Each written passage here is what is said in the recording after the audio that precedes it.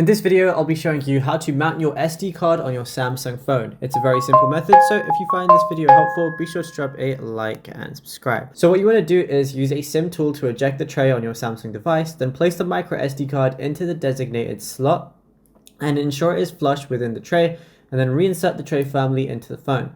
Now what you want to do is open up your settings applications, go ahead and scroll down until you find device care. So that's going to be towards the bottom. It's going to be right above apps. Go ahead and click on that.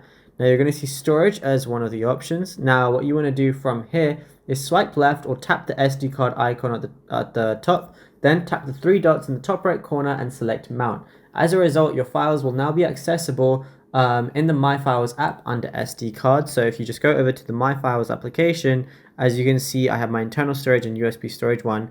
This is where you're going to see your SD card, and then that's it. You'll be good to go. Now, if you found this video helpful, be sure to drop a like and subscribe, and also be sure to check out all our other tutorials that we've been posting on the channel as well, because there is a lot to go through and you might find something that you didn't know about yet.